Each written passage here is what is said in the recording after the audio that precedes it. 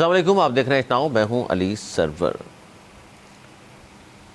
मुल्क में एक जानिब 27वीं आईनी तरमीम की जहां बातें शुरू हुई हैं, वहीं पाकिस्तान पर अमेरिकन इंतखाबात के असरात की भी गुफ्तगू मुसलसल जारी है।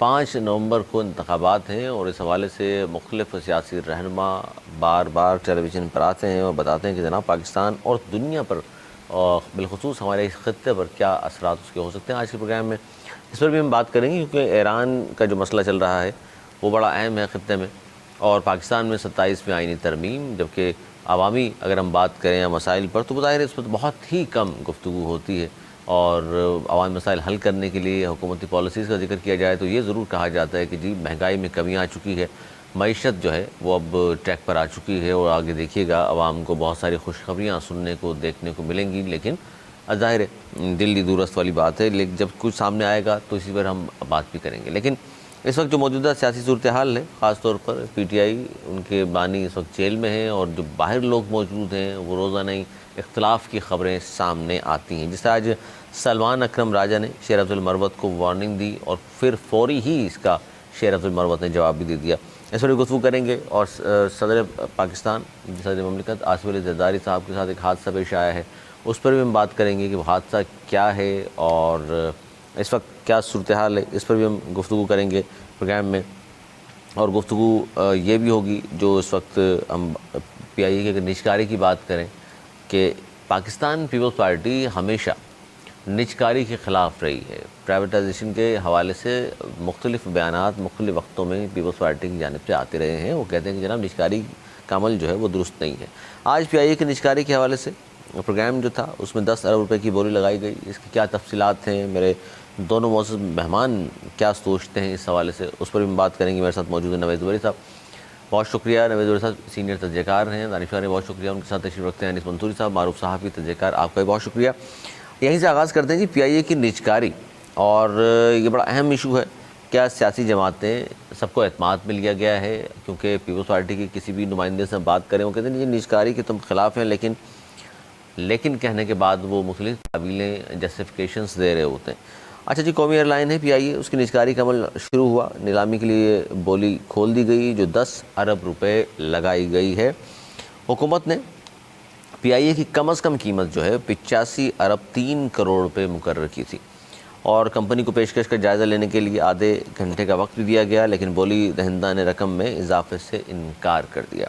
इस पर हम बात करेंगे कि ये सारा मामला क्या है और क्या इस तरह निजकारी करके मुख्तलिफ़ महकमों की दुरुस्तगी हो सकती है। क्या कहेंगे नवेद ज़ुबैरी साहब? PIA की निजकारी के हवाले से 10 अरब तक की बोली तो आ चुकी है, और PIA के जो मुलाजमीन उस हवाले से भी कहा गया 18 माह तक मुलाजमत पर रखा जाए। इसके बाद तकरीबन 70% तक मुलाजमीन को असर नो जॉब लेटर जो है ऑफ़र करे जो भी कंपनी को ख़रीदेगी। बिस्मिल्लाहिर्रहमानिर्रहीम। देखिए, PIA की निजकारी की बातें बहुत अरसे से चल रही हैं, और हुकूमत की कोशिश है कि जितनी जल्दी हो सके इस लाइबिलिटी से अपनी जान छुड़ाएं, क्योंकि 70 अरब रुपए की लाइबिलिटी ऑलरेडी हो चुकी है। और इनकी कोशिश ये थी कि 85 अरब मिल जाए इनको, ताकि एक इतनी पुरानी बड़ी एयरलाइन है इससे कम में, और इनकी ये उम्मीद थी कि कोई ना कोई दुनिया की बड़ी एयरलाइन लेके एक्सपेक्ट कर रहे थे, जिसने शुरू में इंटरेस्ट भी ले रही थी 2 बड़ी एयरलाइन, तो अगर उनमें से कोई ले लेता तो वो नहीं आई, ज़ाहिर है उसमें शामिल, लेकिन वो नहीं आई। अच्छा, ये निजकारी ज़ुबैरी साहब, इसको एक तरफ से लोग ये भी कह रहे हैं कि क्या इस तरह भी देखें इसको हम, इस निजकारी के अमल को, कि हम हार मान चुके जी, हमसे ये इदारा नहीं चल सकता जी। ये एक तरीके से किसी इदारे को जब आप निजकारी के लिए जाते हैं तो उससे पहले आपने हैंड्स अप कर चुके होते हैं कि यार ये हमसे तो कम से कम नहीं चलने वाला, अब इसको कोई प्राइवेट प्रोफेशनल लोग आके चलाएं और इसमें एक बड़ी रकम इनपुट करें जो कि अभी इनके पास नहीं है। इसमें अगर कोई भी जो भी लेगा तो इसमें कम से कम 40-50 तो एकदम उनको न्यू प्लेन डालने पड़ेंगे, और फिर जाके कि ये एयरलाइन जो है ना वो फिर किसी वक्त आके मीट करेगी। उसके बाद प्रॉफिट की बातें तो बाद में है, फिर वो लाइबिलिटी कैसे उतारेंगे, लाइबिलिटी को कैसे फिक्स करेंगे, ये एक बड़ा ही पेचीदा अमल है। और इस तरीके से जब मैंने देखा जब भी कोई इदारे प्राइवेटाइज होते हैं तो उससे पहले उसकी तैयारी कई साल पहले शुरू की जाती है, और उसमें से लाइबिलिटी को कम किया जाता है, और जो उसके एसेट्स होते हैं उसको बेच के उसकी लाइबिलिटी कम से कम करेंगे तो ही वो बिकेगी कोई चीज़। और अगर हर कोई लाइबिलिटी की बात करता है पीआईए की, पीआईए के एसेट्स भी बहुत हैं। अमेरिका का एक होटल पीआईए की जो एसेट्स में है उसकी कीमत भी बिलियंस में है।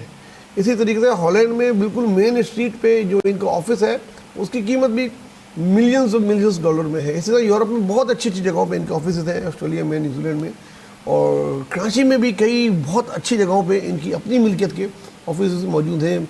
मगर पता नहीं क्यों उस पर नहीं दिया जाता ध्यान कि उसको बेच के कुछ खुद कोशिश करें।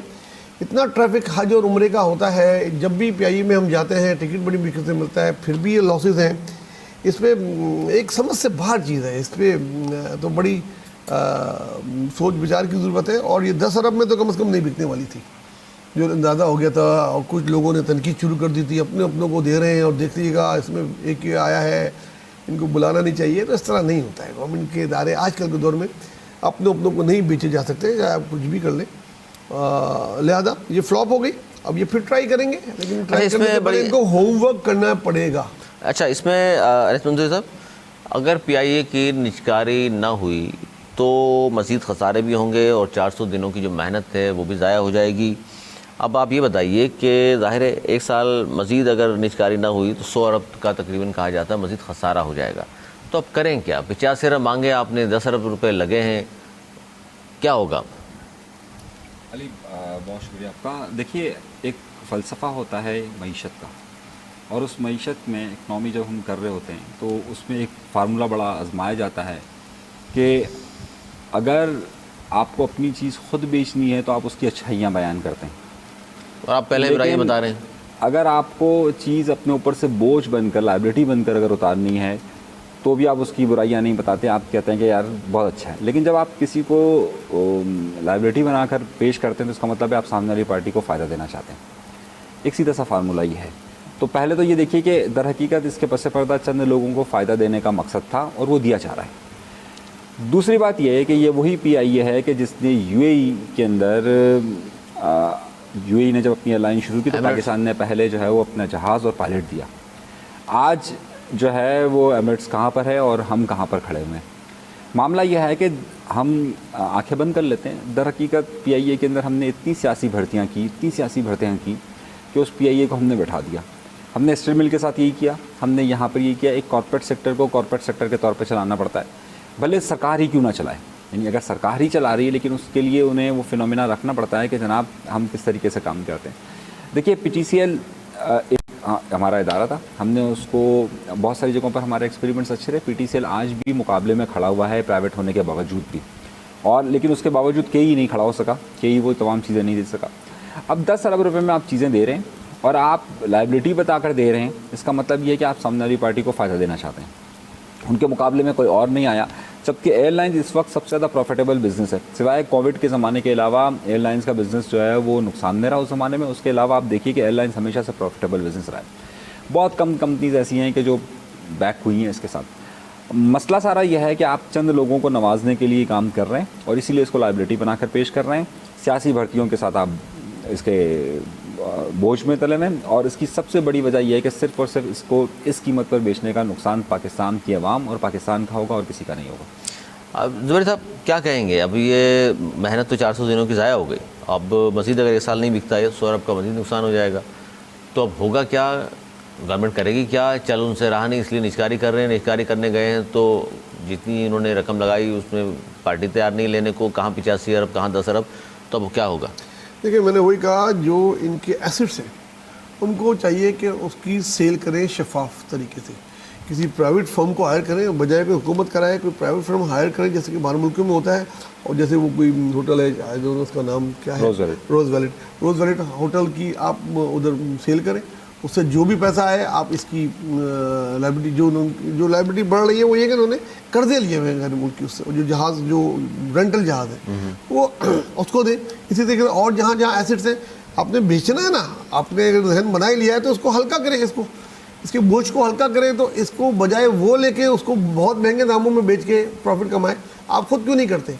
और अगर सही काम करना हो तो डरना नहीं चाहिए। वो डरते हैं जी बाद में नैब के केस बनेंगे, ये बनेंगे वो बनेंगे। प्राइवेट फर्म वो को दे। सियासी भर्तियां हटाने लगे तो सियासी जमातें खड़े हो मैं जाती आपको एक हैं चीज़ कि जनाब हम किसी को भी बेघर नहीं करना चाहते, हम किसी को मुलाजमत से फारिग नहीं करना चाहते। तो ये पीयूष पाटिल ने जवाब दिया था कि जी हम सियासी लोगों को भर्तियां हैं, रखते सारी हैं, सियासी निकालते नहीं भर्तियां हैं। हैं। हो गया जी। अब जी देखिए, कोई भी इदारा मुलाजमतों की वजह से ना नुकसान में नहीं आता जी। मतलब अगर 2000 लोगों की ज़रूरत है, आप 8000 रख लेंगे। देखिए, अब ऐसा भी नहीं है, 2000 की जगह अगर 4000 भी हो जाते हैं ना, तो ये नुकसान अरबों में। तनख्वाह साल की कितनी बनती होगी आपके ख्याल में? इसका 5 का 2% भी नहीं बनती होगी जो लाइबिलिटी है। तनख्वाहों से इदारे नुकसान में नहीं आते, स्टाफ की तनख्वाहों से यार, फिर वो आते हैं मिस मैनेजमेंट की वजह से। आप उसको सही मैनेज नहीं कर पा रहे, आपके जो कीमती रूट्स थे वो आपने या तो बेच दिए या आपसे छीन लिए गए आपके गलत बयान की वजह से। वो पीटीआई की गवर्नमेंट के एक गुलाम मिनिस्टर ने सरवर। खड़े होके एक तकरीर कर दी, उनको ये नहीं पता था उसका क्या इम्पैक्ट आएगा, और बाद में उसको इतना ज़्यादा उछाला गया कि आपकी यूरोप में और परवाज़ें बंद हो गई। उसमें परवाज़ें बंद होगी, जिससे मिलियंस ऑफ डॉलर का नुकसान हुआ। आप और इतने अच्छे रूट्स एयरलाइंस के पास नहीं होते जो हमारे पास हैं। हर साल उम्रे होते रहते हैं। हज की फ्लाइटें, हज के ऑपरेशन पे कितनी कमाई होती है कि एयरलाइन का पूरा बजट होता है वो, लेकिन पता नहीं वो किधर कौन से करते हैं, किधर वो चले जाते हैं। अगर इसको सही प्रोफेशनल तरीके से, एक तो सियासी, हाँ जो गवर्नमेंट आती है अपने चहितों के PIJ का चेयरमैन बनाते हैं, दुनिया से कोई एक लिया जाए प्रोफेशनल आदमी, उसको इसका सौंपा जाए और आज़ादी दी जाए उसको कि वो सही फैसले करे, उस पर ट्रस्ट किया जाए, उसको बैक किया जाए। इसकी जितनी भी एसेट्स हैं जो इस वक्त काम में नहीं आ रहे, उसको बेच के एयरलाइन का खसारा कम करें। जब खसारा कम हो जाएगा तब आराम से, अगर बेचना चाहे तो बिक भी जाएगी और रखना चाहे तो रख भी। एयर ब्लू क्यों कामयाब है सर? सर 5 कंपनियों, उसी की मिसाल देना चाह रहा हूँ। 5 कंपनियां पाकिस्तान में काम कर रही हैं और वो 5 कंपनियां कामयाब इनसे कम पैसे ले रही है। अगर आप PI का रेट देखें तो वो ज़्यादा होता है और बाकी इन सबका कम है, सर, लेकिन उसके बावजूद जो है वो फ़ायदे में जा रही है। और अगर फ़ायदे में कोई नहीं जा रहा तो वो ये नहीं जा रहा। अच्छा, फ्यूल दोनों का एक जितना ही लगता है। नहीं, इस जो बात ये कर रहे हैं उसका मतलब उस पर कोई वो नहीं है कि 2000 की जगह 10,000 बंदे भर्ती कर लें, कोई फर्क नहीं पड़ेगा। फिर वही 2 की पहले 8 कह रहे नहीं बोला था, पड़ेगा। अब 2 एक बात की बोल जगह लो। 4 की बात कर रहा हूँ। 10 की कोई नहीं होता, नहीं इतना ज़्यादा बढ़ती है। कितने तो उन्होंने गोल्डन हैंडशेक दे चुके हैं, इतना नहीं है। अगर हम अगले प्रोग्राम में तैयारी करके आए, हम बताएंगे कितना स्टाफ है और बाकी एयरलाइन से अगर मुआवजा करें तो थोड़े ज़्यादा होंगे, मैं ये नहीं कह नुकसान रहा, में लेकिन क्यों है? इतने नुकसान में इनकी जो लायबिलिटी के कर्जे जो अदा कर रहे हैं ना, ये बैंकों को और जनाब जो एयरलाइन से लिया हुआ है वो गलत मुआहदे, वो चीज़ें इनको नुकसान कर रही हैं, जिसमें आप जब तहकीकात करेंगे तो बहुत सारी सियासी लोगों की तिजोरी भरी होगी। देखिए, बड़ी जब बड़ी हम तनख्वाह अभी ये बात है, करते हैं ना मेडिकल सियासी है, भर्तियां, DA है, उनका रिटायरमेंट के जो यही लवाजमात मैं कह हैं। रहा हूँ। जो सियासी भर्तियां हैं ना, वो सालाना ऐसे लोग हैं कि जो उस काबिल ही नहीं है। जो कई ओहदों पर ऐसे लोग बैठे हुए हैं, मैं ज़ाती तौर पर नाम नहीं लेना चाहता किसी का, लेकिन मैं जो अमल है ना उसको देखिए। ये सियासी तौर पर जो आता है वो हमारे पसंद का बंदा उधर लग जाता है, जो सियासी तौर पर आता है ये उसको हम बताओ, दे देते हैं। ये तो रहा है तो ना। सियासी हाँ, भर्ती ये है रहा ना। है। मैं क्या कह रहा इसको हूँ, खत्म मैं हो- यही कह रहा हूँ उनकी ना। तनख्वाहों से लॉस नहीं होता, उनकी गलत तनख्वाहों से मैनेजमेंट loss की वजह से होता होता है। है। इतना बड़ा लॉस नहीं होता कि कोई एयरलाइन सर, बैठ जाए। सर, 1 अरब साल की अरे तनख्वाह भाई, नहीं होगी यार। आप बात अरे करें भाई, उस तरह पे। आपका इस वक्त जो MD है कितनी सैलरी ले रहा है किसका? PI का? मुझे नहीं पता, होगी उसकी 3-4 मिलियन तो होगी, इतनी तो दुनिया में होती। देखिए, अगर वो अहल है तो उसके पैसे नहीं, सियासी आता है ना, जो भी लेकिन हुकूमत अगर आती वो है सियासी है, अपना उसको बंदा ये लाके नहीं बिठा पता देते हैं। कि how to run the airline, तो उसको तो अगर 10 लाख भी मिल रहे हैं तो बहुत ज़्यादा है। देखिए, ब्यूरोक्रेट्स सर मोहसिन नकवी का क्रिकेट से क्या ताल्लुक? वहाँ बैठा बहुत सारे लोग ऐसे नाम नहीं लिए। यही वजह है कि राइट मैन को राइट जगह आप पोस्ट करें, प्रोफेशनल्स को लाएं, जो प्रोफेशनल जिसका बैकग्राउंड हो तो वही चला के दे सकता है। अच्छा जी, इस वक्त जो है मुल्क में सदर साहब भी नहीं है, वज़ीर आज़म साहब भी नहीं है, और बड़ी पोस्टों में जितने भी लोग हैं, साबिक चीफ जस्टिस कादी साहब रिटायर होते ही 25 को रिटायर हुए, 26 को बाहर चले गए। बड़ी बड़ी जो आला पोस्टें हैं हमारे यहाँ वो खाली इसलिए भी हैं कि इस वक्त लोग मौजूद नहीं हैं। आज फिर जरदारी साहब दुबई गए और जहाज़ से उतरते हुए उनके पाँव में गालिबन फ्रैक्चर हो गया, जिसकी वजह से हॉस्पिटल लेकर गए उनको, और हॉस्पिटल से अब वो घर भी आ गए हैं। तो बड़ी सदमे की खबर है पीपल्स पार्टी कारकुनान के लिए और पाकिस्तानियों के लिए भी, क्योंकि सदर पाकिस्तान है। सर क्या कहेंगे? गुज़िश्ता रात दुबई एयरपोर्ट पहुंचने पर जहाज़ से उतरते हुए फ्रैक्चर हुआ है, और वहाँ गालिबन इसलिए वो गए थे क्योंकि नाना बन गए हैं। तीसरे बख्तावर बीवी के यहाँ तीसरे बेटे की पैदाइश हुई, शायद मुबारकबाद देने गए हों। वो इनका निजी दौरा था और अपनी बेटी से और अपने नवासे से मिलने गए होंगे, और लेकिन बदकिस्मती से जो है उनके जब वो जो मेरी इतला के मुताबिक वो जब उतर रहे थे तो उस वक्त कोई पाँव उनका ट्विस्ट हुआ है फिसल हो गया। जिसमें काफ़ी पेन था। बाद में एक्सरे से पता लगा फ्रैक्चर है और अब प्लास्टर उनको बांध दिया गया है और 1 माह का आराम का डॉक्टर ने एडवाइस की है। अफसोसनाक खबर है और अल्लाह सेहत अता फरमाए उनको और जल्द रिकवरी हो उनकी, और उनको बड़ी ज़रूरत है। और प्रोग्राम का जो सर पहला हिस्सा मैंने सवाल किया था कि बड़े बड़े पोस्टों वाले लोग बाहर क्यों हैं इस वक्त? बस आपने- एक 26वीं तरमीम का सब इंतजार कर रहे थे, देखिए, एकदम गायब सब। मैं आपको बताऊं कि आपने बताया कि नवाज शरीफ बाहर है, शहबाज शरीफ बाहर है, आसिफ साहब बाहर हैं, कई वफाकी मिनिस्टर बाहर हैं। मुझे खुद भी जाना था, मैं इसलिए नहीं गया। चेयरमैन सेनेट बाहर है। वो बोलते हैं यार मैंने कहा इससे सारे लोग बाहर हैं, मैं बाहर जाके क्या करूँगा, जिम्मेदारी नहीं, आपको जाना चाहिए, बड़े लोग सब बाहर हैं तो आप अंदर हैं, ये अच्छा नहीं लगता। और जो बाहर नहीं है बड़े लोगों में तो वो अंदर है। तो इस वक्त मुल्क में एक वो है इलाइटर में था। देखिए एक्चुअली एक साथ क्यों गए, 26वीं आर्मी तरमीम की वजह से सबकी छुट्टियां बनती, कोई MNA कोई सेनेटर को मुल्क से बाहर जाने की इजाज़त नहीं थी, और अच्छा, हर बहुत बार- सारों को तो इस्लामाबाद से भी बाहर जाने की इजाज़त नहीं थी। तो हर बार जब भी तरामीम होती है क्या यही सूरत हाल होती है, सब की नहीं, छुट्टियां हर मनसूख? बार ऐसा नहीं, इस बार हुई भी थी इतनी लंबी, वरना तरमीम की जो है वो बैक जो डोर होता है उधर पार्टीज़ की कमेटीज आपस में कर रही होती हैं, जब एक पॉइंट पे पहुंचती हैं तो वो तरमीम आ जाती है। ये ज़रा डिफरेंट तरीके से हुई और आज हो रही है, कल हो रही है, इस तरह 1 माह तक तो नहीं, तो आपने सब समझते हैं कि पहुंच जिस तरह हुई ख़ास तौर पर कि हमने तो ये सुना है कि जी शिकवार पेश की जाती है, फिर उस पर बहस होती है, हफ्तों लग जाते हैं बहस करते हुए दोनों तरफ से। वो कमेटीज कर लेती है ना। नहीं, एक बार असेंबली में मैं- सर आम लोग का, देखिए, ऐसा था आप आम लोगों को कि समझते हैं वो हिस्सा नहीं ले सकते। ये- कमेटी में कितने लोग होते हैं? देखिए 64 के करीब ये थी और आखिर में 26 रह गई।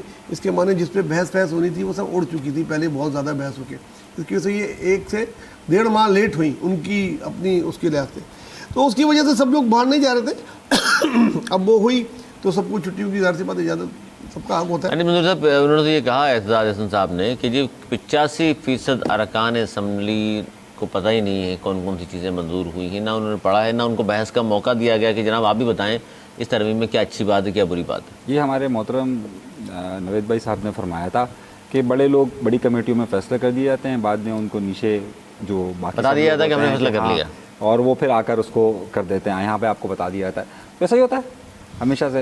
आपने कहा था ना कि भाई वो जो मेन कमेटी होती है वो फैसला कर लेती है, बाकी नीचे MNAs को थोड़ी बताया जाता है। जब हमने ये जिक्र किया था उनको जरूरत नहीं बताने की, तो हाँ, ये तो ऐसा ही होता जब है। उनको जरूरत नहीं है इसका मतलब फिर आवाम को नहीं बताते। देखिए हमारे यहाँ तो इसी पर बात हुई थी ना कि भाई अवाम ने इन नुमाइंदों को भेजा, नुमाइंदों ने अपने लीडरान को दिया, लीडरान ने जब फैसला कर दिया तो फिर सबको लब्बैक कह देना है और बस आगे बढ़ जाना है। वैसा ही होता है। ये तरीक़ाकार होता है। देखिए उसमें तो बड़ी बहस हुई थी, 18वीं पे तो बड़ी बहस अगर हुई। मुझे बोलने आपने तो 18वीं में तो बड़े लोगों ने राय दी, असम्बली में खड़े होकर तकारीर होती थी बाकायदा तौर पर। इसमें आपने तकरीर नहीं सुनी थी सुबह 5 बजे तक? इसमें सुबह 5 बजे तक तकरीर नहीं सुनी सबकी? कितने लोगों ने? हर पार्टी 225 वोट पड़े, सबने की थी तकरीर। अरे तो किसी ने वो एक शिक पर भी तकरीर की तो बता दें। आप दोनों बात कर लें, या तो मुझे बोलने दें या फिर आप अपनी बात नहीं कर नहीं, लें। आप बात करें। देखिए अगर 25 करोड़ आवाम किसी को वोट डाल के उधर भेजती है तो 25 करोड़ आवाम नहीं उस पर बहस करती। वो जो नुमाइंदे 200-250 होते हैं वो बात करते हैं और फिर वो नुमाइंदे चुन के अपने कमेटी में भेजते हैं अपने लोग। हर पार्टी के 2-2, 3-3 लोग होते हैं। वो एक 15-16 की कमेटी होती है, वो एक शिक वाइज बात करती है। उनके साथ लीगल टीम भी होती है। लीगल टीम लीगल पॉइंट करके जहाँ उनको ब्रीफ करना होता है वो आके ब्रीफ करते हैं कमेटी के, इस नुक्ते के ये मायने, इस डैश के ये मायने, इसके एक एक चीज़ ब्रीफ की जाती है उस पर। उसके बाद वो पार्टी की आदत से मुसलसल राब्ते में होते हैं और फिर दूसरी जमातें आपस में राब्ते कर रही थी। उसके बाद कहीं कंसेंसस पे आते हैं तो उधर टेबल के बाद टेबल की जाती है, काबीने में मंजूरी होकर असेंबली में आती है। असेंबली में हर पार्टी के 2-2, 3-3 आदमी बात करते हैं उसमें और उसके बाद वो शिक वाइज मंजूर हो जाती है। यही तरीका कार होता है। उस वक्त भी रज़ा रब्बानी वगैरह जो भी एक कमेटी थी 28 तरमीम में वही लगे हुए थे कई महीनों से। पूरे 226 या 234 मेंबर नहीं लगे हुए थे। यही होता है पूरे हर असेंबली में। ये कोई बजट नहीं है कि हर आदमी बात करने का हक होता है। इसमें वही बात करते हैं जिसको पार्टी आगे करती है कि जी इसमें ये आदमी देंगे, वो नाम देते हैं, वो आदमी बात करते हैं। तरमीम आवाम के लिए है और अपने ही पार्टी तो के ऐसा लोग करते हैं ना, पूरी आवाम के साथ बहस की जाती है ना, उनको बुला लेते हैं। बहस ना करें, बताए तो सही आपको हर रोज- सर हर- ईमानदारी से हर रोज- बताइए। हर शहर में- 26वीं आईनी तरमीम पे हम रोजाना प्रोग्राम करते थे, एक दिन पहले तक हमें भी सारी तरमीम का नहीं पता था, याद है आपको? देखिए इसलिए नहीं पता था, शुरू में हमें पता लग गया था जिस रात को तो आने चेंज वाली हो थी। गया ना। उसके बाद चेंज होते होते होते होते कहाँ 74, कहाँ 26? तो 26 भी लोगों के पास थी ही नहीं। मौलाना साहब खुद कह रहे हैं 3 तो मसौदे चेंज कर दिए, क्या बताएं हम आपको? या मौलाना क्या उनको देख के कीस थी, सर, जरदारी साहब के हवाले से रह गया। वो खुद चेंज करवा रहे थे। सब बाहर हैं, तरह भी वैसे ही होती है, सब बाहर हैं। जरदारी साहब को हादसा पेश आ गया, क्या कहेंगे आप? देखिए, सब लोग बाहर हैं, लेकिन जिन्हें मुल्क चलाना है, जो मुल्क चलाते हैं वो नहीं है। तो आमतौर पर ज़ाहिर है सदूर या वज़राए आज़म बाहर जाते रहते हैं और एक इंतज़ामिया होती है जो पूरा सिस्टम सारा चला रही होती है, तो उसमें ब्यूरोक्रेसी होती है, वज़ीर सारे यहीं पर मौजूद हैं। तो ऐसा अक्सर होता रहता है। हमारे यहाँ तो ऐसा अक्सर हुआ है कि सदर और वज़ीर आज़म दोनों बाहर गए हों। हमारे यहाँ तो ऐसा भी हुआ है कि कई और उनके साथ के लोग भी बाहर गए हुए हों। एक मुल्क तो चलता रहता है ना, उससे तो ज़ाहिर कोई फ़र्क नहीं पड़ता। मुल्क चलाने वाले वो कह रहे हैं जी मौजूद है, जाहिर है, तो फिर ठीक है, अदलिया आज़ाद भी है। अच्छा जी, PTI के हवाले से ख़बर ये है कि उन्होंने मुल्कगीर एहतजाज का फ़ैसला किया है। वो ये कहते हैं कि जी क्योंकि खान साहब की रिहाई जो है वो इस तरह अमल में नहीं लाई जा सकती कि हम डी चौक तक आएँ, वापस चले जाएँ, एक जलसा इस्लामाबाद में, एक पेशावर, एक लाहौर, एक कराची में कर लें और शायद उसको असर पड़ेगा। अब ये बात वो PTI वाले कहते हैं उनके लिए डन, हमें समझ में आ चुकी है। अब शेर अब्दुल मरूफ साहब की जो तजवीज़ थी उसी पे गौर हो रहा है, और वो तजवीज़ ये है कि जी कम अज़ कम भी 3 लाख अफराद का समंदर इकट्ठा करके इस्लामाबाद में हम आ जाएं और वहाँ धरना देकर बैठ जाएं, वापस नहीं जाना जब तक कि खान साहब की रिहाई अमल में ना लाई जाए। तो उन्होंने कहा जी किस तरह आई, तो अदालतों से आना है। तो उन्होंने इस बात का तरीका ये बताया कि 3 लाख अफराद जब आ जाएंगे इस्लामाबाद में तो फिर इस्टेब्लिशमेंट हमसे बात करेगी, रब्ता करेगी, और फिर हम उनको सारी बातें बताएंगे और फिर वहाँ मुज़ाकरात होंगे और इस तरह खान साहब बाहर आ जाएंगे। सर, इतना ही आसान है सब कुछ? ये जो है पता नहीं कौन सी अहमकों की जन्नत में रह रहे हैं। 25 करोड़ आवाम में से 3 लाख आदमी अगर हुकूमत बदलने लगे तो हर महीने हुकूमत बदल 3 लाख अगर आ जाएं छोटे शहर इस्लामाबाद में, भाई कोई फ़र्क नहीं पड़ेगा। जो 30,000 जमा नहीं कर सकता, 3,000 नहीं जमा करते, वो 3 लाख के ख्वाब देख रहे हैं। और अगर ऐसी पार्टी होती, बाकी तो 2 हल्के के वोटर्स हैं, ये 2 हल्के के वोटर्स हैं नेशनल असेंबली के, 1 हल्के का वोटर है नेशनल असेंबली का, तो उनके पास ये नहीं है तो वो बोले खामोश करके बैठो। अगर तुम्हारे पास 3 लाख आदमी नहीं है, तुम्हारे पास 100 के करीब MNA हैं, एक हल्के के लोग नहीं आ सकते तुम्हारे, तो तुम खामोश करके बैठो। देखिए इस तरह नहीं होता है। इस तरह अगर होता तो अगर ये 3 लाख से कर देंगे तो मौलाना फजलुर रहमान पर 4 लाख लगे, उनको पलट देंगे, पीपल्स पार्टी 5 लाख लगे, अलग। इस तरह थोड़ी होता है। मुल्क इस तरह से नई हुकूमत जाती है ना आती है, उनको सियासी जद्दोजहद करनी पड़ेगी और अदालती जद्दोजहद करनी पड़ेगी, जो कि वो कर रहे हैं, और वो करना पड़ेगा जो उनको कहा गया और वो कर रहे हैं। वो है 5 नवंबर का इंतज़ार।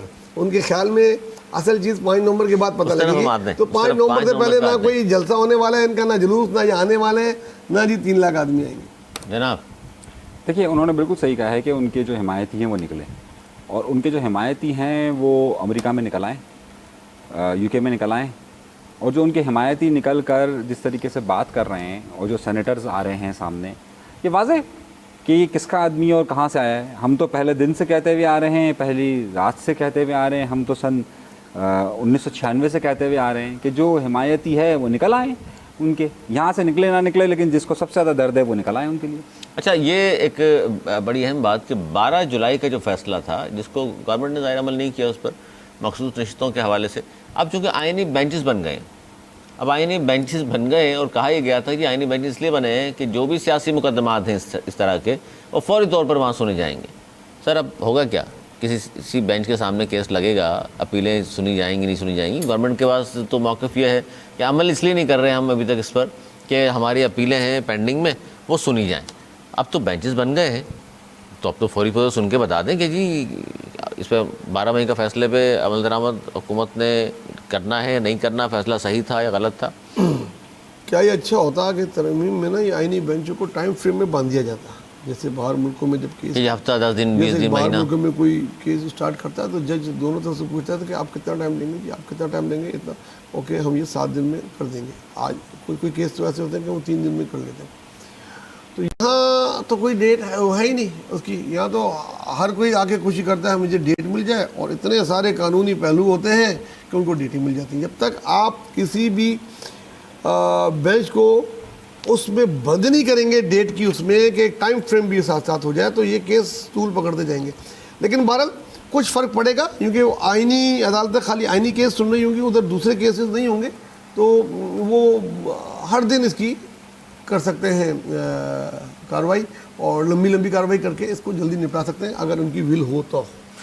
अनिल साहब, मंसूर मुनीब अख्तर हों, मंसूर अली शाह साहब, ये दोनों कहा जाता है जो हुकूमत ने जो सोचा था वो अमल दरामद नहीं हो सका। हुकूमत के जहन में शायद लोग कहते हैं ये बात थी कि या आ जाएंगे, मंसूर शाह का रास्ता हम रोक लेंगे, क्योंकि वो मोस्ट सीनियर हैं, तो वो उसके बाद वो कहेंगे जी मैं मज़ीद रहकर क्या करूँगा, इस्तीफ़ा दे गए मुनीब और वो चले जाएंगे और रावी चैन चैन लिखेगा। लेकिन कहते हैं इन दोनों ने इस्तीफ़ा ना देकर उनके मंसूबे पर पानी फेर दिया है, ये भी तनकीद कर रहे हैं लोग।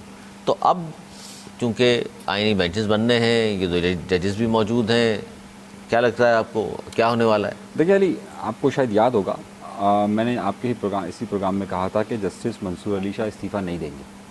जब सब कह रहे थे कि इस्तीफ़ा दे देंगे, मैंने कहा था नहीं देंगे, क्योंकि उन्हें मालूम है कि वो एक और चांस खेलने की ग्राउंड पे मौजूद है। सही है। देखिए अली, मैं थोड़ा सा तारीख़ का एक छोटा सा हवाला दूंगा ताकि ज़रा सा हम इस बात को समझ सकें, दोनों बातों को। एक मामला ये था कि जब मोहतरमा बेनज़ीर भुट्टो साहिबा का दौरे हुकूमत था, दूसरा दौरे हुकूमत था, उस वक्त इन्हें शुरू के जो 2 जजेस थे वो पसंद नहीं थे। एक पहला जज पसंद नहीं था, दूसरे जज को कहा, उन्हें वो भी पसंद नहीं था, तीसरा जज जो था वो था मियाँ अजमल। उन्होंने कहा मुझसे ऊपर 2 सीनियर है यार, मैं क्यों आऊँगा, ये मुनासिब नहीं लगता। और चौथे नंबर पे थे जस्टिस सज्जाद अली शाह। जस्टिस सज्जाद अली शाह आ गए, बेनज़ीर भुट्टो साहिबा का दौर ख़त्म होता है और उसके बाद नवाज शरीफ का क्लैश शुरू होता है जस्टिस सज्जाद अली शाह से, और फिर कौन जज बनता है? मियाँ अजमल। देखा, मतलब मैं ये कह रहा हूँ कि वो वक्त गुजरा, इसी तरह की टेंशन चली और फिर बाद में मियाँ अजमल आ गए। सिमिलरली मंसूर अली शाह साहब को यही उम्मीद है कि वक्त बदलेगा और फिर दोबारा से मुमकिन है कि वो उस तरफ आ जाए। दूसरी बात आपने कही केसेस की पेंडिंग के हवाले से। देखिए, मैं समझता हूँ कि, और मैं इस बात का हिमायती हूँ कि जस्टिस मंसूर अली शाह साहब ने जो फुल कोर्ट के अंदर बात कही है और जो उनका एक फार्मूला है, पूरा उनकी एक प्रेजेंटेशन है कि किस तरीके से हम पेंडिंग केसेस को ख़त्म कर सकते हैं, टाइम फ्रेम में बाउंड कर दें, जो भी बात नवेद भाई ने भी कही है। तो फुल कोर्ट ने यही डिसीजन लिया और उसके बाद बाकायदा उनकी प्रेस रिलीज भी जारी हुई कि हम उसी फार्मूले के मुताबिक चलेंगे जो मंसूर अली शाह साहब का दिया हुआ है, यानी कि जो केसेस की पेंडिंग के हवाले से। अगर हमारे मौजूदा चीफ जस्टिस साहब जो ख़ुद भी कह चुके हैं अपनी तकरीर के अंदर कि जनाब मैं डिस्ट्रिक्ट कोर्ट्स की तरफ ज़्यादा जाऊँगा, तो अगर ये उस तरीके से पेंडिंग का सिलसिला कर लेते हैं और हम मंसूर अली शाह साहब के नज़रियात से इख्तलाफ कर सकते हैं, उनके फ़ैसलों से इख्तलाफ कर सकते हैं, लेकिन ऐसा नहीं है कि किसी के एक क्रेडिबिलिटी हो, एक गलत काम हो तो उसको दूसरे के अच्छे काम को हम रिजेक्ट करते हैं। मंसूर अली शाह साहब का जो पेंडिंग का फार्मूला है वो बहुत अच्छा है और उसके मुताबिक हम केसेस को बाउंड कर सकते हैं। मैं ये समझता हूँ कि अगर उस पर हमने इम्प्लीमेंट कर दिया और पाकिस्तान की जुडिशरी ने ऊपर से लेकर नीचे तक, यानी कि सुप्रीम कोर्ट से लेकर डिस्ट्रिक्ट तक, अगर उसे लेकर आ जाती है पेंडिंग केसेस को, टाइम बाउंड कर देती है कि 1 साल के अंदर ये करना है, 2 दिन के अंदर या 4 दिन के अंदर इसका डिसाइड करना है, तो ये वेल एंड गुड हो जाएगा। मेरा ख्याल है ये बेहतर चीज़ है और इस फार्मूले के मुताबिक अगर जल्द से जल्द अमल हो जाएगा तो चीज़ें बहुत ज़्यादा बेहतर हो जाएंगी। अच्छा जी, अब बड़ी अहम खबर अगर हम शामिल करें वर्ल्ड के हवाले से, तो ख़ास तौर पर ये खबर बहुत अहम है कि ईरान इसराइल पर कब जवाबी हमला कर सकता है। ये बड़ा एक अहम है क्योंकि 5 नवंबर को अमेरिका में सदारती इंतखाबात है, और क्या सदारती इंतखाबात के दिन या उससे कब भी ईरान इसराइल पर हमला कर सकता है। इस पर तर्जमान वाइट हाउस ने कहा है कि ईरान को इसराइली हमले का जवाब नहीं देना चाहिए। ईरान को इसराइली हमले का जवाब नहीं देना चाहिए, और ये भी कहा अगर ईरान जवाब देता है तो फिर ये बड़ा मसला हो जाएगा ईरान के लिए। वो कहते हैं कि जवाब देने का इंतखाब अगर करते हैं वो, तो अमेरिका इसराइल के दिफा के लिए साथ खड़ा होगा। इसराइल के याद रहे कि ज़ाहिर 1 अक्टूबर को ईरानी हमले के जवाब में 26 अक्टूबर को ईरान पर मिसाइल हमला किया गया था, जिसमें ईरान ने अपनी 4 फ़ौजियों की शहादत के हवाले से तस्दीक की थी और ये कहा था रद्द-ए-अमल में कि इसराइल को मुनासिब जवाब मुनासिब वक्त पर दिया जाएगा। जनाब क्या कहेंगे? देखिए, पहल इसराइल ने की थी, इसराइल ने हमला किया था अप्रैल में, उसका जवाब ईरान ने दिया। फिर 26 अक्टूबर को उन्होंने अब उन्होंने हमला किया, और वो ईरान है, ईरान तो बदला छोड़ेगा नहीं। उसने तो खुल के कह दिया है कि मैं तो बदला लूँगा, और मैं तो टारगेट भी चूज़ कर लिए, मैंने कहाँ लेना है, कब करूँगा ये भी सोच लिया है, और अपने वक्त आने पे अपनी जगहों पे ये किया जाएगा। जहाँ तक ये कब किया जाएगा, जो इस वक्त हम प्रोग्राम कर रहे हैं, जो बातें चल रही हैं इस वक्त गल्फ़ में और अमेरिका में, उधर सब ये कह रहे हैं 4 और 5 के दरमियानी रात बहुत अहम है। इंतखाबात के हवाले से भी कह रहे क्योंकि हैं। अमेरिका में 5 तारीख के इंतखाबात हैं, पूरा उनकी मशीनरी उसमें लगी होगी, मीडिया उसमें लगा हुआ होगा, दोनों जो अपकमिंग जो भी होगा वो, और जिस वक्त प्रेसिडेंट है, नायब सदर है, वो सब अपने अपने इंतखाबात में लगेंगे, और उस वक्त अगर अटैक हो जाएगा तो एक पैनिक फैल जाएगा उधर कि ये क्या है। और इसराइल तो डिपेंड ही अमेरिका पे करता है कि भाई अब क्या करें, और इसी वजह से शायद वहाँ पे भी तल अवीव में भी पैनिक फैला हुआ है। मैं आज पढ़ रहा था कि वहाँ पे सामान नहीं मिल रहा है और शॉपिंग सेंटर खाली हो गए हैं जनाब, ग्रोसरी लोगों ने घरों में भरी हुई है, तो एक पैनिक तो फैला हुआ है। क्या ये ज़रूरी तो है?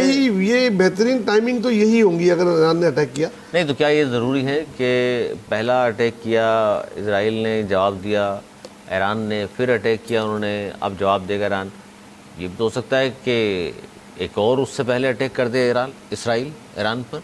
ये ऐसा होता नहीं है, ऐसा सर ये कोई खेल है कि एक बारी आपकी एक बारी मेरी? ये कोई गाजा नहीं है, ये कोई बैरूत नहीं है, लिबनान नहीं है जहाँ पे वो जब चाहे अटैक कर दे और वो कर रहे। वो ईरान है, भारत वो भी एक ताकतवर मुल्क है और वो भी ये सलाहियत रखता है तमाम पाबंदियों के बावजूद कि वो इसराइल को सट जवाब दे सकता है। उसने दिया, जो उसने अक्टूबर में जो अटैक किया था उसमें इसराइल को बहुत नुकसान हुआ था, उसके मुकाबले में इसराइल का अटैक उसके बहुत कम है, कम और कमज़ोर था। 4 की हलाकत की, फौजी की शहादत की इतला है।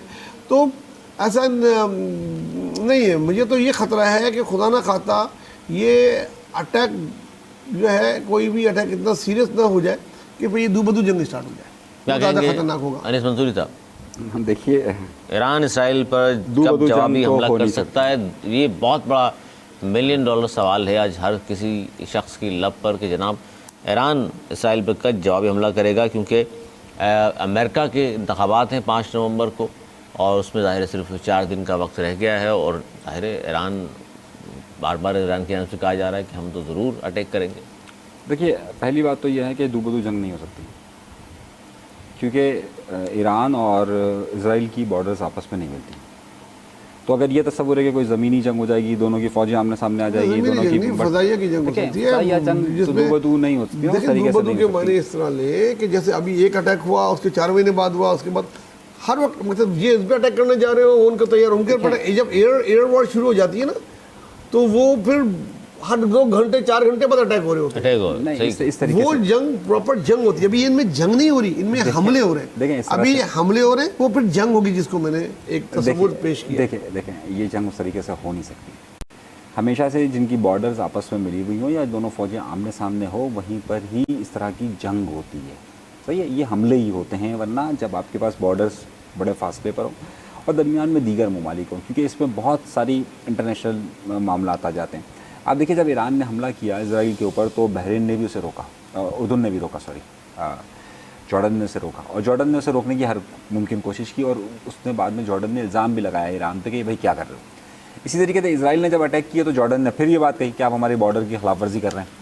तो ये जो जंग का तस्वुर है कि भाई दोनों के दरमियान कोई जंग बड़ी छिड़ सकती है, ये नहीं हो सकता। दोनों एक दूसरे की प्रॉक्सीज से लड़ेंगे, यानी कि वो इधर से हिजबुल्लाह को इस्तेमाल कर रहा है तो वो यहाँ से किसी और को इस्तेमाल करेगा। ये प्रॉक्सीज की लड़ाई होगी। जहाँ तक मामला यह है कि भाई ये कब हमला कर सकते हैं, किस वक्त हमला कर सकते हैं।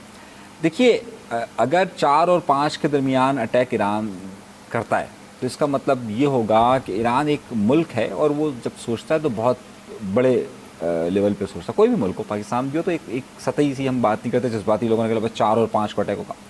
हो सकता है 4 और 5 को अटैक हो, लेकिन इसके लिए ईरान ये देख रहा है कि अगर वो अमेरिका पर अटैक करता है तो उसके इलेक्शन पर और आलमी हालात पर क्या असरात मुरतब हो सकते हैं।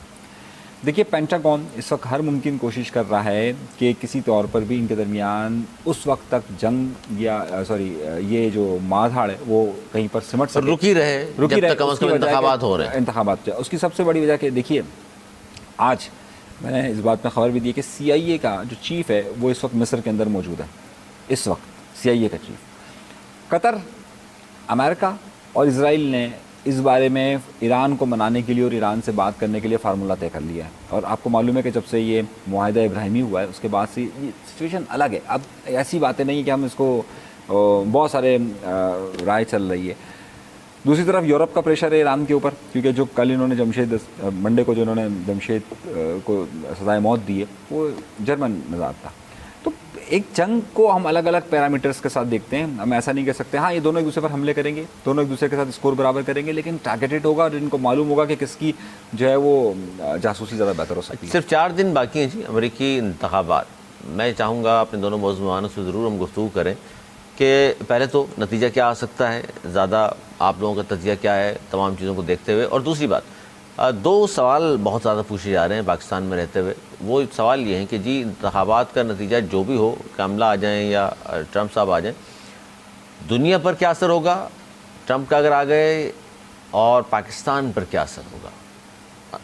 ज़ुबैर, देखिए जो भी न्यूज़ मैं देख रहा हूँ या जो भी मेरे अमेरिका में अपने दोस्तों से बात हो रही है, वहाँ से बिल्कुल नेक टू नेक मुकाबला है। बिल्कुल कभी वो 51 हो जाते हैं, ये 49 हो जाते हैं, कभी वो 50 हो जाते हैं, 50-50 हो जाते हैं, और कुछ दिनों पहले 48 हो गए थे। 4% तो कंफ्यूज है।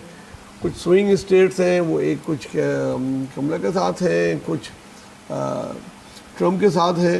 बड़ा क्लोज है ये, और ये अमेरिका में इतने क्लोज इलेक्शन बहुत कम हुए हैं। और मुझको तो नॉर्कोडामस की वो पेशेंट को ही याद आ रही है, मैंने पढ़ी थी उसकी किताब में, कि 20वीं सदी के स्टार्ट में एक पहली दफ़ा अमेरिका में एक औरत हुक्मरान आएगी, और जिसके बाद वहाँ के हालात बहुत ख़राब हो जाएंगे और कुदरती आफात में इजाफा हो जाएगा। वो एक्चुअली नॉर्कोडामस की बहुत सारी पेशेंगोइयाँ ठीक भी हुई हैं, जिसकी वजह से लोग उसको बड़ा फॉलो करते हैं। और इस वक्त सबसे ज़्यादा डिस्कस हो रहा है, आप भी ये देखें तो वो हो रहा है। तो अगर ये वही वक्त है 20वीं सदी का, तो 2024 में अगर वो औरत जीती है तो उसका होगा ये कि मैं देखता हूँ फिर ट्रम्प के लोग इलेक्शन का रिजल्ट नहीं मानेंगे। ये बड़ी हैरानकुन बात होती है अमेरिका की। जब मैं 10 साल पहले अमेरिका में था तो उस वक्त इलेक्शन हो रहे थे वहाँ पे, तो वो यही कह रहे थे कि हमारा पाकिस्तान की तरह नहीं होता जनाब, इलेक्शन होगा मिडनाइट में दूसरा सदर उसको मुबारकबाद दे देगा और आप ये देखिएगा वो हो गया। और हुआ ये था कि हेनली हार गई थी, लेकिन वो नहीं मान रही थी और वो लोग बाहर निकल आए थे। और उसके बाद अगले इलेक्शन में जब ट्रम्प हारे तो ट्रम्प के हामियों ने तो वो कर लिया जो यहाँ भी नहीं होता। तो उसके बाद लोग भी मरे और वो कू की कोशिश हुई, इसके इल्ज़ाम में गिरफ्तार भी हुए, अभी तक केस चल रहे हैं। पर अगर इस बार ऐसा हुआ तो ट्रम्प हार मानने वाला तो है नहीं, वो भी बोलेगा जनाब कोई उधर भी कोई फॉर्म 47, 48, 49 कोई निकल आएगा, या फिर कोई वो धांधली की कुछ इल्ज़ाम लगेंगे। ये इलेक्शन इतना अच्छा तरीके से जमहूरी होता नज़र नहीं आ रहा इस बहुत बड़े जमहूरियत के चैंपियन मुल्क में।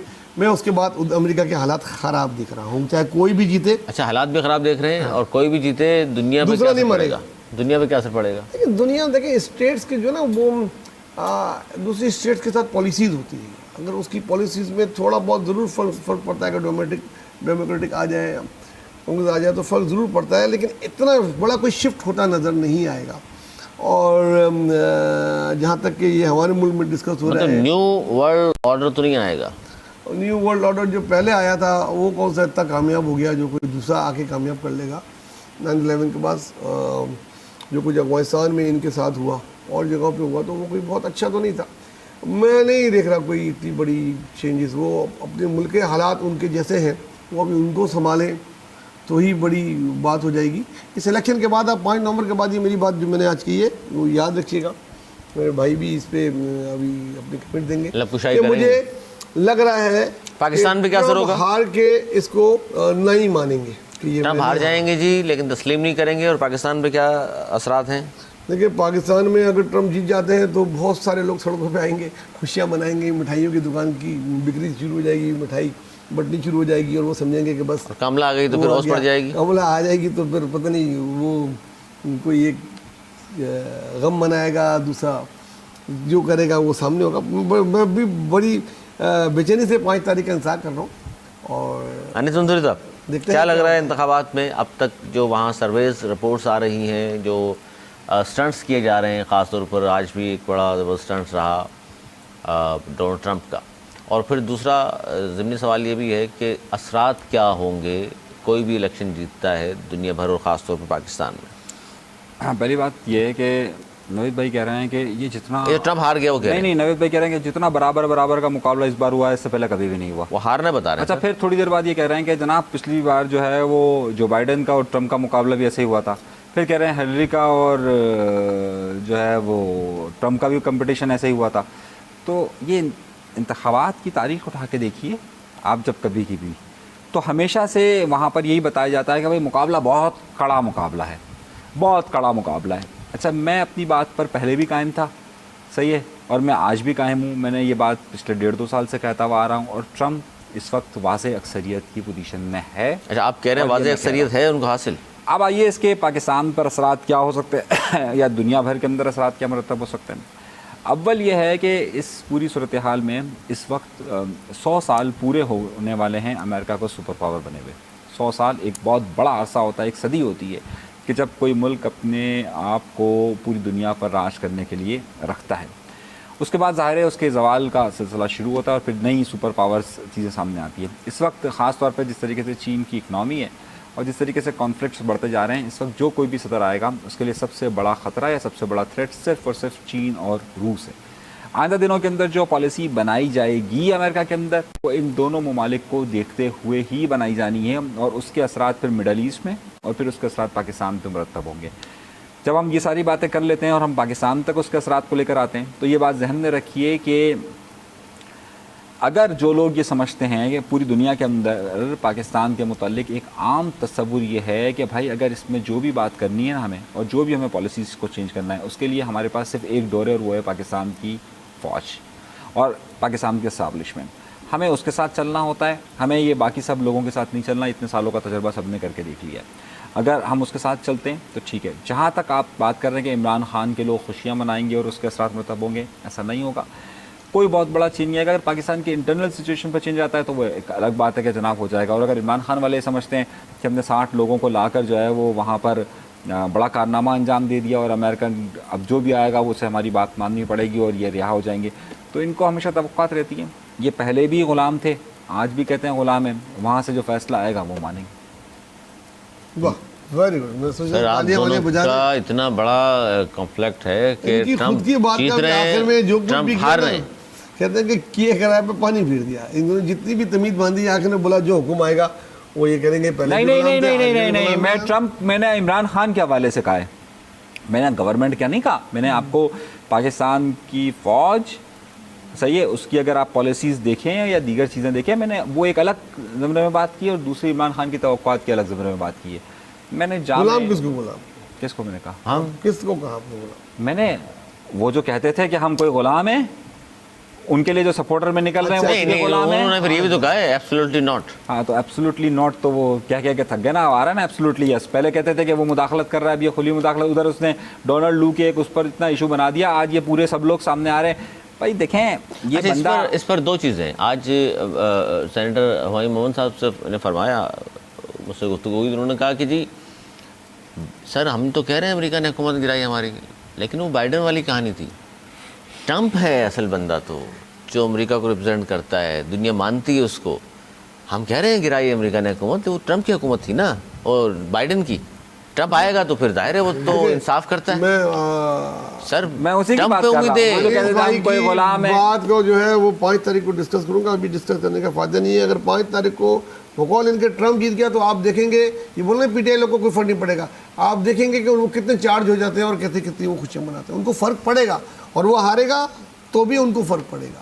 हालांकि इस वक्त तो उसकी हुकूमत, अगर वो जीता ट्रम्प, आप कह रहे हैं जीतेगा, पीटीआई के वर्करों को कोई फर्क नहीं पड़ेगा। नहीं, अगर वो जीता, आप तो ट्रम्प को जीतने की पेशेंगोई कर रहे हैं, नहीं कह रहे हार जाएगा, उसमें कितना हिस्सा होगा पाकिस्तानियों का जो वहाँ मौजूद है? कोई हिस्सा नहीं है सर, लाखों की तादाद नहीं है। अरे कोई इतना बड़ा वोट बैंक पे, इतने बड़े वोट बैंक पे, देखिए मेरी बात सुनिए, कोई 1%, 2%, 3%, देखिए कुछ भी हिस्सा नहीं पड़ेगा। देखिए जब हम ट्रम्प के खिलाफ यहाँ कैंपेन्स करते थे ना, जो और इमरान खान का दौर था, और उस वक्त खुद यहाँ पर ट्रम्प के खिलाफ कैंपेन करने में ये लोग ही आगे आगे हुआ करते थे। याद है ना आपको, वो 5th जनरेशन वॉर चल रही थी और ट्रम्प ने तबाह कर दिया। देखिए उससे कोई फ़र्क नहीं पड़ता। यहाँ पर जो वहाँ पर पाकिस्तानी मौजूद हैं वो एक अलग तरीके से सोचते हैं। वो जो उनकी सोच एक अलहदा तरीके से सोचते हैं, वो अपने वहाँ की कम्युनिटी के रिस्पेक्ट से फैसला करते हैं। तो वो कौन है फिर? अमेरिका में नवाज शरीफ साहब गए और उन्होंने बड़ा शोर शराबा कर दिया अरे वहाँ। क्या मतलब, आप छोड़े ना अब ये सारी बातें, वो कौन किसकी क्या वैल्यू है, क्या वर्थ रखता है, वो किस पर असरअंदाज होता है। अच्छा जी, प्रोग्राम के आखिर में एक खबर शामिल करते हैं एंटरटेनमेंट के हवाले से।